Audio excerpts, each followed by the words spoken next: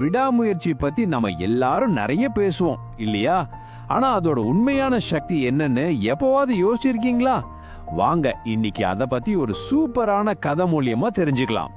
இந்த கதையோட பேரு 100வது அடி. நம்ம கதை ஒரு சின்ன கிராமத்துல ஆரம்பிக்குது. அங்கே மித்ரன் ஒரு பையன் இருக்கான். ரொம்ப எளிமையான குடும்பம் தான். ஆனா அவனோட கனவு இருக்கே, அது வான மாதிரி ரொம்ப ரொம்ப பெருசு. சுத்தி வறுமை இருந்தாலும் அவனோட லட்சியம் மட்டும் எப்பவும் உயரமாவே இருந்துச்சு. சரி, இப்போ மித்ரனோட வாழ்க்கையே மாத்தின ஒரு முக்கியமான தருணத்துக்கு போலாம். ஒரு வயசான சிற்பியை அவன் சந்திக்கிறான். அந்த சந்திப்பு அவனுக்கு ஒரு பெரிய பாடத்தை கத்துக் கொடுக்குது. அது என்னன்னு பாப்போமா? ஒரு நாள் சாயங்காலம் மித்ரன் சும்மா நடந்து போயிட்டு இருக்கான். அப்போ ஊருக்கு வெளியில ஒரு சிற்பி ஒரு பெரிய பாறைய செதுக்க முயற்சி பண்ணிட்டு இருக்காரு. அவர் ஓங்கி ஓங்கி அடிக்கிறாரே, ஆனா அந்த பாறையில ஒரு சின்ன கீறல் கூட விழல. பார்க்கிறதுக்கே ரொம்ப கஷ்டமா இருக்கு. இத பார்த்துட்டே இருந்த மித்ரனுக்கு ஒரு சந்தேகம். நேரா அந்த சிற்பி கிட்ட போய் கேக்குறான், தாத்தா இவ்வளோ நேரமா அடிச்சிட்டு இருக்கீங்க, ஆனா ஒரு சின்ன துண்டு கூட உடையலையே, இது ஒருவேளை வீண் முயற்சியோ? அதாவது உடனடியா பலன் கிடைக்காதப்போ நம்ம எல்லாருக்குமே இந்த மாதிரி தோணும் இல்லையா? மித்ரன் கேட்டது கேட்டு அந்த சிற்பி எதுவும் பேசல. சும்மா மெதுவா ஒரு புன்னகை மட்டும் பண்றாரு.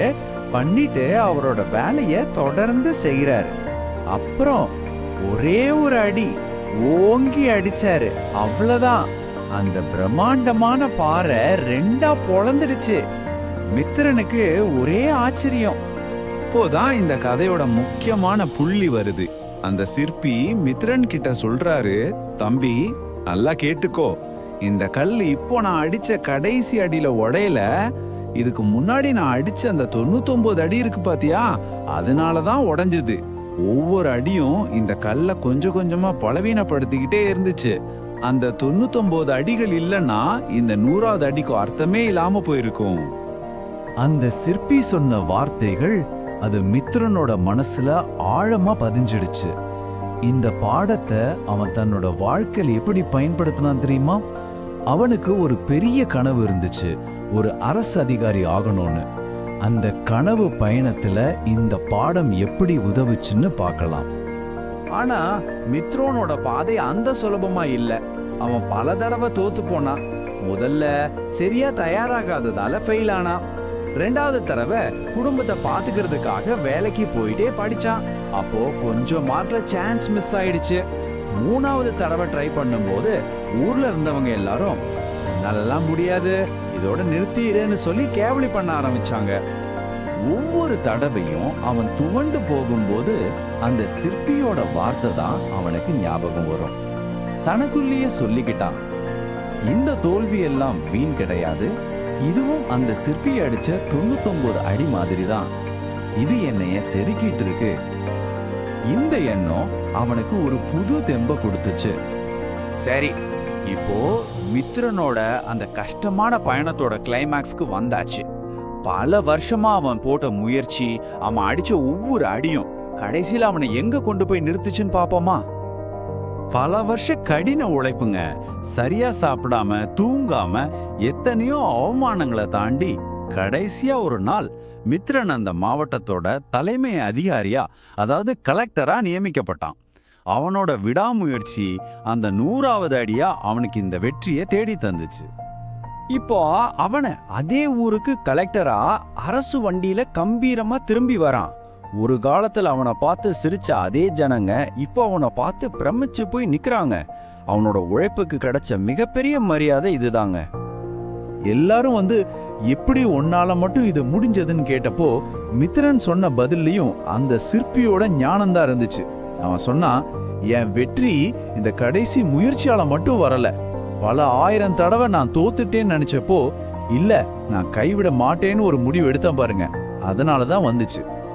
சரி, இந்த கதையில இருந்து நம்ம என்ன கத்துக்கலாம்? மித்ரனோட கதை அவனோட கதை மட்டும் இல்ல, அது நம்ம ஒவ்வொருத்தரோட கதையும் கூட. விடாமுயற்சியோட போராடிட்டு இருக்கிற நம்ம எல்லாருக்குமான ஒரு கதை இது. இந்த கதையிலேருந்து 3 முக்கியமான விஷயங்களை நாம எடுத்துக்கலாம். ஒண்ணு, நம்மளோட மனநிலை. தோல்விங்கிறது ஒரு முற்றுப்புள்ளி கிடையாது, அது நம்மளை இன்னும் பெட்டரா மாத்துற ஒரு ப்ராசஸ். ரெண்டாவது காலம். வெற்றி ஒரே நாள்ல வராது, நீங்க போடுற ஒவ்வொரு சின்ன எஃபோர்ட்டும் கணக்குல எடுத்துக்கப்படும். கடைசியா விமர்சனம். அடுத்தவன் உங்களை குறை சொல்லும்போது அதை உங்க வளர்ச்சிக்கான ஒரு எரிபொருளா மாத்திக்கோங்க. இதை இன்னும் சிம்பிளா சொல்லணும்னா, ஒரு விதையை யோசிச்சு பாருங்களேன். அது பூமிக்கு அடியில இருக்கும்போது யாருக்குமே தெரியாது. ஆனா அது உள்ள இருந்து போராடி மண்ணை பொளந்துகிட்டு வெளியே வரும்போதுதான் அது ஒரு பெரிய மரமா எல்லார் கண்ணுக்கும் தெரியும். உங்க முயற்சிகளும் அப்படிதான். இப்போ யாருக்கும் தெரியாம இருக்கலாம், ஆனா அது வீண் போகாது. ஆக நீங்க புரிஞ்சுக்க வேண்டிய முக்கியமான விஷயம் இதுதான். உங்க போராட்டத்துல நீங்க தனியா இல்ல. நீங்க அடிக்கிற ஒவ்வொரு அடியும் உங்க இலக்கு நோக்கி உங்களை நகர்த்திக்கிட்டே இருக்கு. அதனால ஒருபோதும் முயற்சியை மட்டும் கைவிட்டுறாதீங்க. நீங்க நினைக்கிறத விட உங்க 100வது அடி ரொம்ப பக்கத்துல இருக்கலாம். அது என்னவா இருக்கும் யோசிச்சு பாருங்க. ஒரு நிமிஷம் ஸ்க்ரோல் பண்ணாதீங்க. இந்த மாதிரி உங்களுக்கு பயனுள்ள வீடியோக்களை தினமும் பார்க்கணும்னு ஆசைப்படுறீங்களா? அப்படின்னா மறக்காம இப்பவே சப்ஸ்கிரைப் பண்ணுங்க. அப்படியே பக்கத்துல இருக்கிற அந்த பெல் ஐகானையும் கிளிக் பண்ணிக்கோங்க. அப்பதான் எங்களோட அடுத்த வீடியோவை நீங்க மிஸ் பண்ணாம பார்க்க முடியும்.